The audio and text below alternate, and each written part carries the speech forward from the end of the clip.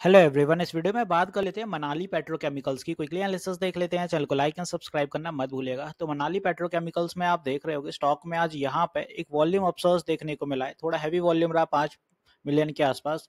But यहाँ पे जो रेजिस्टेंस फेस हो गई फिर से, यहाँ पे 83 84 पे रेजिस्टेंस रही है और यहाँ पे प्रॉफिट बुकिंग हुई है। अब यहाँ पे कुछ फॉर्मेशन अपन को कुछ ऐसी सी चलती हुई नजर आती है ये, ठीक है। और यहाँ पे चांसेस हैं कि स्टॉक अब ब्रेकआउट दे सकता है। वेल, एक नज़र ब्रेकआउट के पहले नतीजों पे डालते हैं कि उससे आपको क्लैरिटी आएगी। सेल्स इस बार 256 सीआर की रही है मार्च क्वार्टर की। Last year March quarter 333 CR के आसपास का था। तो यहाँ पे सेल्स में तो मात खाई है स्टॉक ने। एक्सपेंसेस एज इट इज कम देखने को मिले क्योंकि सेल्स कम थी। तो 238 CR last time, 327 CR. Operating profit 17 CR, last time 6 CR के आसपास। अदर इनकम इस बार 81 लैक्स की रही है, लास्ट टाइम 5 सीआर के आसपास की थी। इंटरेस्ट यहाँ पे 3 सीआर के आसपास का है, लास्ट टाइम 2 सीआर के अराउंड था। Depreciation 7 CR, last time 6 CR के अराउंड। और प्रॉफिट बिफोर टैक्स 8 सीआर निकल के आता है।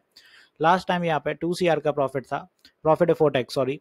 और यहाँ पे टैक्सेशन आप देखें तो टैक्स परसेंटेज पर 83 लगा है, लास्ट टाइम 118 था। तो यहाँ पे थोड़ा सा इजाफा देखने को मिला है नेट प्रॉफिट में। इसी वजह से अगर ये टैक्स परसेंटेज ज़्यादा होता तो यहाँ पे गिरावट फिर से देखने को मिलती। तो 1.3 सीआर का आसपास का प्रॉफिट रहा है। तो उतने बड़े नतीजे नहीं है। सेल्स भी थोड़ी गिरी हैं। यहाँ पे एफआई ने अपने स्टेक हटा लिए, थोड़े कम किए हैं। डीआई के एज इट इज हैं।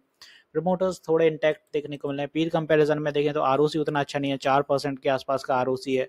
बट स्टॉक में सडन एक अफसोस देखने को मिल रहा है। क्वार्टरली प्रॉफिट यहाँ पे आप देखें ईयर ऑन ईयर जो राइज है, इसकी वजह से यहाँ पे थोड़ी तेजी देखने को मिल रही है अपन को स्टॉक में, क्योंकि इसके सितंबर के नतीजे अच्छे थे, दिसंबर के ठीक ठाक थे।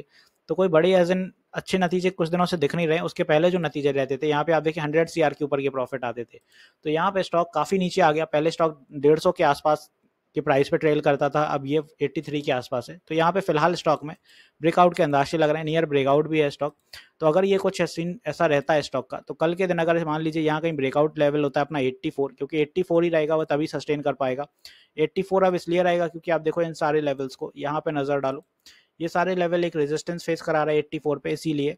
तो 84 सस्टेन करेगा तो कोई ब्रेकआउट लेवल रहेगा। टारगेट पहला जाएगा यहाँ से 87, कुछ इसी लेवल का। अगर सस्टेन करता है नियर टर्म तो फिर अपन को जो next target in the line रहेगा वो फिर रहेगा यहाँ पे 90 और 95। यहाँ पे 95 के आसपास, क्योंकि साइकोलॉजिकल लेवल 100 रहेगा तो बड़ा सेल ऑफ 95 से शुरू हो जाएगा 5 पॉइंट पहले। तो ये कुछ अपनी ऊपर की दिशा में टारगेट है अगर ब्रेकआउट दे रहा है। अब यहाँ पे कुछ जो इंटरेस्टेड लोग हैं उनसे यही कहना चाहूंगा कि डायरेक्ट ब्रेकआउट पे एंट्री मत लीजिएगा, स्टॉक को रीटेस्टिंग करने दीजिएगा या पुल बैक आए तब एंट्री लीजिएगा। डायरेक्ट ब्रेकआउट पे मत लीजिएगा क्योंकि स्टॉक थोड़ा रिस्की हो सकता है। नतीजे उतने ज़्यादा अच्छे नहीं है, फंडामेंटली उतना ज़्यादा दमदार नहीं दिख रहा है। ईएमएस की बात कर लेते हैं। ईएमएस क्या कहते हैं, तो आप देखो ईएमएस फिलहाल 20 डे ईएमए का सपोर्ट लेके बाउंस कर रहा है, तो कामयाब है स्टॉक, फिलहाल तो सही चल रहा है।